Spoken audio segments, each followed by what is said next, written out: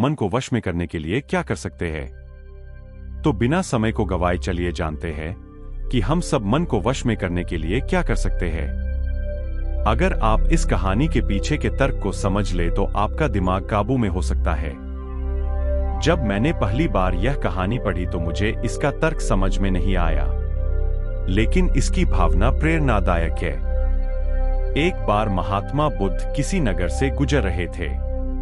बुद्ध की नजर एक कपड़ा व्यापारी पर पड़ी जो उदास और निराश दिख रहा था। बुद्ध उसके पास गए और पूछा, हे भक्त, तुम इतने दुखी क्यों हो? यदि आप मुझे अपनी चिंता के बारे में बताएं तो मैं आपकी मदद कर सकता हूं। कपड़ा व्यापारी ने बुद्ध को प्रणाम किया और उन्हें अंदर आमंत्रित किया।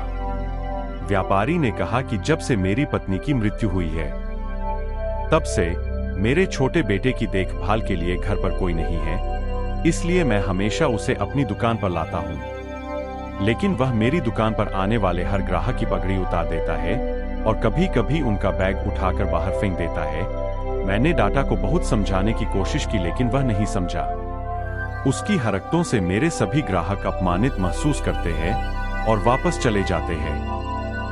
बुद्ध ने कहा, मैं तुम्हारी मदद कर सकता हूं, लेकिन तुम मुझसे वादा करो कि तुम मेरे किसी भी काम में हस्तक्षेप नहीं करोगे, नहीं कोई सवाल पूछोगे। व्यापारी बुद्ध से एक वादा करता है। अगले दिन बुद्ध पगड़ी पहनकर आए और ग्राहक की तरह बैठे। व्यापारी के बेटे ने आकर बुद्ध की पगड़ी उछाल दी। महात्मा बुद्ध मुस्कुराए और बोले, बहुत अच्छा, जाओ और वह पगड़ी वापस ले आओ। वह बच्चा दौड़कर पगड़ी ले आया और बुद्ध को दे दी। अगले दिन बुद्ध एक कुल्हाड़ी और लाठी लेकर आए। लड़के ने फिर पगड़ी उछाली। बुद्ध ने लड़के को एक कुल्हाड़ी और लकड़ी दी और कहा, जाओ इस लकड़ी को काटो। व्यापारी को थोड़ा डर था कि कहीं उसके बेटे को चोट न लग जाए, लेकिन उन्हें अपना वादा याद था। 7 दिनों तक महात्मा बुद्ध कोई नया काम लेकर आते और लड़के से करवाते। जल्द ही लड़का भूल गया कि उसे किसी की पगड़ी उछालनी है। व्यापारी बहुत खुश हुआ और बुद्ध को धन्यवाद दिया। मैं जानता हूं कि इस कहानी और मन के नियंत्रण के बीच कोई विशेष संबंध नहीं है, लेकिन पहले आप इस तर्क को समझ लें। यदि हम अपने मन को अपने अनुसार कार्य नहीं कराएंगे तो मन अपने अनुसार कार्य करेगा। यदि हम मन को अपनी इच्छानुसार नियंत्रित कर ले तो मन को नियंत्रित किया जा सकता है। मन 2 तरह से काम कर सकता है।